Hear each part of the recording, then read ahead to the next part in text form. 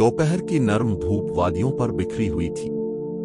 जमीन के जर्रे सोने की तरह चमक रहे थे। हवा में खुशबू थी, ऐसी खुशबू जो सिर्फ नबियों के गुजरने से जन्म लेती है। दूर उफुक के पार से एक अजीम लश्कर बढ़ रहा था।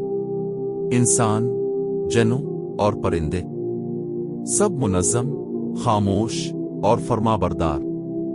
ये लश्कर किसी आम बादशाह का नहीं था। ये अल्लाह के नबी हजरत सुलेमान अलैहिस्सलाम का लश्कर था। कदमों की हल्की चाप, परिंदों की कतारें। सुलेमान तख्त पर जलवा अफरोज थे।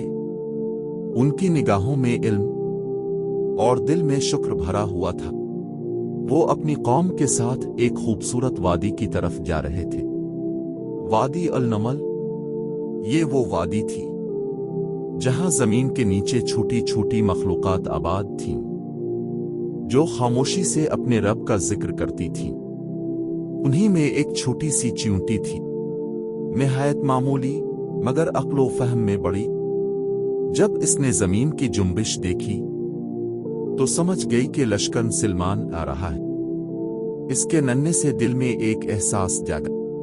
उसने बुलंद आवाज में कहा, ए चौंटो, अपने घरों में चली जाओ, कहीं सुलेमान और उनका लश्कर तुम्हें रौंद ना डाले और वो खुद ना जाने।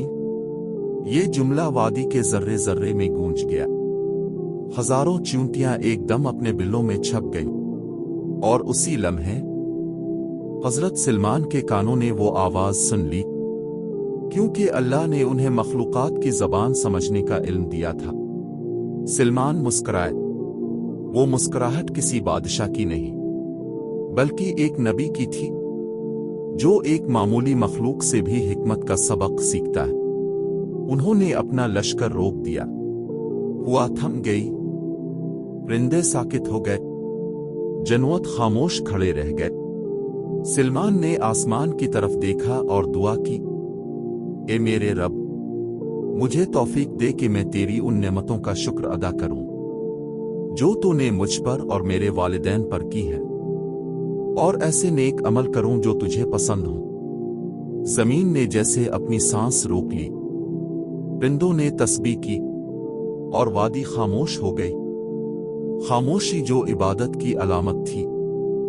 इस लम्हे सुलेमान ने फरमाया, देखो, अल्लाह ने मुझे बादशाहत दी, मगर इल्म और आजिज़ी एक चींटी से याद दिलाई। यही असल हिकमत है कि इंसान कभी अपनी बढ़ाई में मखलूक को छोटा ना समझे। इस दिन के बाद जब भी सुलेमान किसी मखलूक को देखते, उनके दिल में वो चींटी याद आती, वो नन्ही मगर अजीम मखलूक जिसने नबी को आजिज़ी की तालीम दी। छोटी मखलूक भी अल्लाह के राज़ों का हिस्सा है। इल्म के साथ आजिज़ी नबियों की पहचान है। शुक्र और रहम हिकमत के दरवाजे खोलते हैं।